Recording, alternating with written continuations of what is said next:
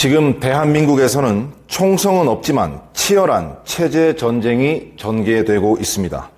일종의 내전 상태입니다. 한쪽은 자유민주주의를 허물고 공산사회주의 체제로 변혁하려는 주사파 등 좌파 세력이고, 다른 한쪽은 대한민국의 자유민주주의를 수호하려는 우파 세력입니다. 이 체제 전쟁은 좌우파 간 사상전, 이념 전쟁으로 전개되고 있기 때문에 적과 아군의 식별도 어렵고 전선도 없는 전쟁입니다. 이러한 사상전은 직장 내 직원들 간, 친구들 간은 물론 가족들 간에도 자주 일어납니다. 우리는 이미 체제 전쟁을 심각하게 겪은 나라입니다. 해방 이후 어떤 체제의 나라를 만드느냐를 두고 좌우익 세력 간 치열한 사상전, 체제 전쟁을 겪은 바 있습니다. 해방 직후 일어났던 대구 폭동, 제주 4.3 사건, 대한민국 건국 직후 일어났던 여순 반란 사건 등이 그것입니다. 북한의 남침으로 시작된 6.25 전쟁은 세계 전쟁사에서도 가장 참혹한 전쟁이라고 평가될 만큼 민간인 피해가 컸던 전쟁입니다. 군인들만 싸운 게 아니고 마을에서 좌우 주민들끼리 죽이고 죽는 처절한 일이 일어난 사상전 체제 전쟁이었습니다. 북한군이 마을에 나타나자 좌파 주민들이 환영 대회를 하고 붉은 완장을 차고 앞잡이 노릇을 했습니다. 이들은 지주, 자본가, 경찰 가족, 군인 가족 등 우파 주민들을 반동분자로 지목하며 집집마다 샅샅이 뒤져 찾아내 처형하는 데 주도적 역할을 했습니다. 6.25 전쟁을 겪은 노인들은 한결같이 그때가 되니 이웃이 더 무섭더라라고 고백하는 것입니다. 그만큼 지역 주민들 간 사상전, 체제 전쟁이 무섭다는 것입니다. 그런데 6.25 전쟁이 70여 년이 지난 대한민국이 다시 공산화의 길로 줄다름질 치고 있습니다. 전쟁을 겪어 반공의식을 무장했던 세대는 서서히 가고 1980년대 대학가에서 폭발적으로 성장했던 주사파들이 30여 년이 지난 뒤 정치권은 물론 대한민국 전반을 장악하고 있기 때문입니다. 문재인 정권은 어떤 정권입니까? 고영주 변호사는 일찍이 2013년 문재인은 공산주의자다. 그가 대통령이 되면 대한민국이 적화되는 것은 시간 문제다라고 말했다가 기소당하는 등 고통을 당했는데 최근 대법원으로부터 무죄 선고를 받았습니다. 이렇듯 문재인 대통령은 2010년에 쓴 자서전 운명에서도 자신의 사상관을 드러냈는데 남베트남이 공산화될 때 희열을 느꼈다거나 노무현 정부 때 간첩을 잡는 국가보안법을 없애지 못한 것이 가장 뼈아팠다라고 하는 대목이 있습니다. 그가 대통령이 된 후 우파 세력을 적폐청산이라며 숙청한 후 자신감을 가진 듯 평창 동계올림픽 개막식 연설에서 김일성이 가장 심혈을 기울였던 지하 간첩 조직인 통일혁명당의 주모자 신영복에 대해 존경하는 한국의 사상가 신영복이라고 세계 만방에 공개했습니다. 바로 그때 더불어민주당에서는 헌법 개정안을 발의했는데 자유민주주의 헌법을 인민민주주의 헌법으로 고치려 했습니다. 자유민주적 기본 질서라는 용어에서 자유라는 글자를 삭제한 바 있고 양심의 자유를 사상의 자유로 교체를 했습니다. 사상의 자유를 헌법에 명시하는 순간 국가보안법은 사라지고 공산주의, 사회주의, 주체사상 등 북한의 사상이 아무 조건 없이 교육, 선전, 조직하는 자유가 보장되는 것입니다. 문재인 정권은 헌법 개정이 무산되자 법률, 명령, 조례 등 다양한 우회적 방법으로 체제 교체 작업에 돌입했고 문재인 정권기 내내 속도를 늦추지 않았습니다. 좌익 운동권 출신인 김문수 경사노위원장은 빨리 간파를 했습니다. 본인이 좌익 노동운동을 할 때 주사파를 많이 겪어봤기 때문입니다. 그는 2019년 7월 주사파가 집권한 대한민국이라는 페이스북 글에서 주사파들은 촛불혁명으로 자유대한민국을 거의 무너뜨렸고 세계 어떤 공산혁명 때보다 더 완벽하게 국가 권력을 장악했다고 주장했습니다. 대한민국은 자유민주주의 우파의 나라인데 어떤 이유로 주사파가 선거에서도 승리하고 모든 국가, 사회 권력을 장악할 수 있었겠습니까? 가장 큰 이유는 80여 년간 쉼없이 강력하게 추진해온 북한의 대남 공작 때문입니다. 북한의 대남 공작 전략을 수립했던 김국성 선생에 따르면 그간 북한의 직파 간첩 규모가 15만 명이라고 했고 그들에게 포섭된 간첩은 10배인 150만 명은 될 것이라고 추측했습니다. 직파 간첩과 포섭된 간첩에 의해 직간접적으로 영향을 받은 국민들의 수는 감히 상상하기 힘듭니다. 상당수 국민들이 알게 모르게 영향을 받고 있다고 보아야 할 것입니다. 우리나라가 북한의 대남 공작의 소나기에 놀아나고 있다는 가장 확실한 증거는 이석기가 주도하는 경기 동부연합이 대한민국의 중심부를 장악한 현실입니다.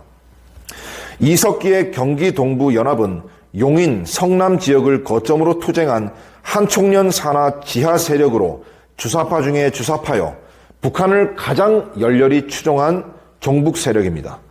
이석기의 경기 동부연합은 북한의 공작으로 민주노동당에 들어가 2006년 민노당의 당권을 장악했고 2011년 통진당으로 확장 개편했습니다.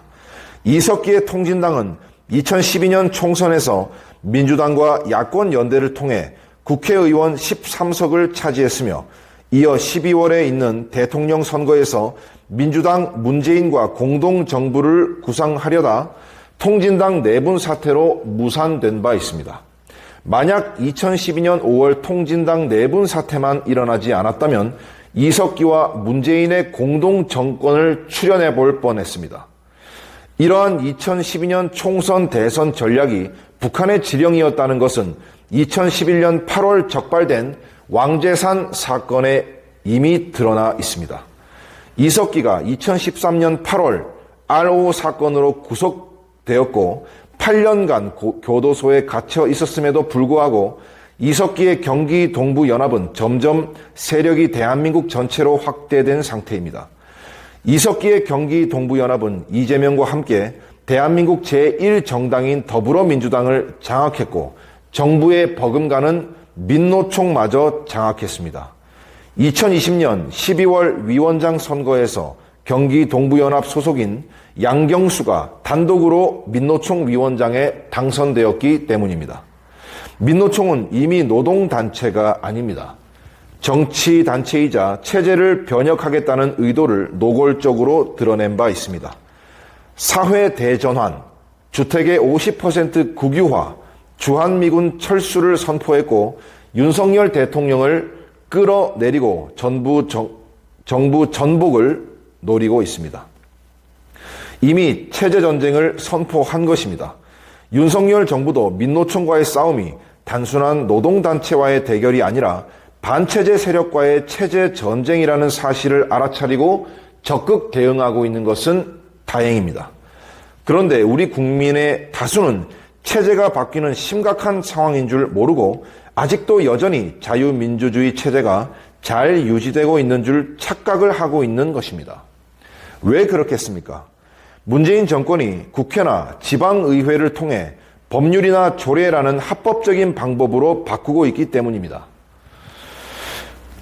그러나 북한이 공산화를 할 때도 토지개혁령이나 중요산업 국유화령 등의 법령을 통해 합법적 형태를 취하며 공산화했던 것처럼 동유럽 국가들도 공산화 과정에서 정당, 선거, 의회, 의결을 통해 헌법과 법률을 합법적으로 바꾸며 공산화를 추진한 바 있습니다.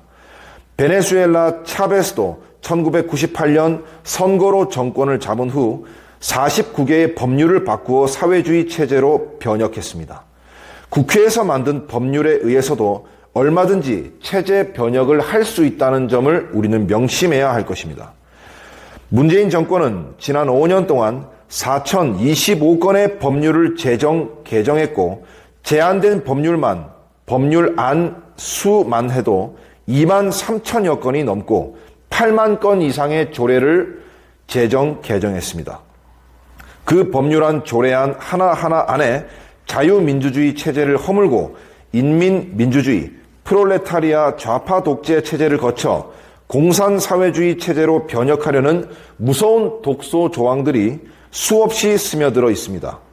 검수완박법, 국가정보원법, 경찰정법, 자치경찰제, 이런 문재인 정권의 개정한 법안 전체를 대상으로 샅샅이 분석해 그 독소 조항들을 완전히 제거해야 합니다. 조례도 마찬가지입니다.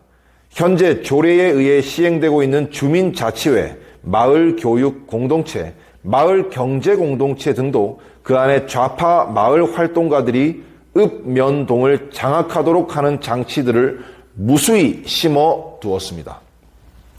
이같이 좌파 세력이 박아놓은 반대한민국적 족쇄들을 뽑지 않고서는 대한민국의 자유민주주의 체제는 오래 유지되기 힘들 것입니다. 전복된 대한민국을 다시 회복하기 위해서는 단순한 개혁으로는 불가능하고 혁명적 조치가 있어야 하는 것입니다.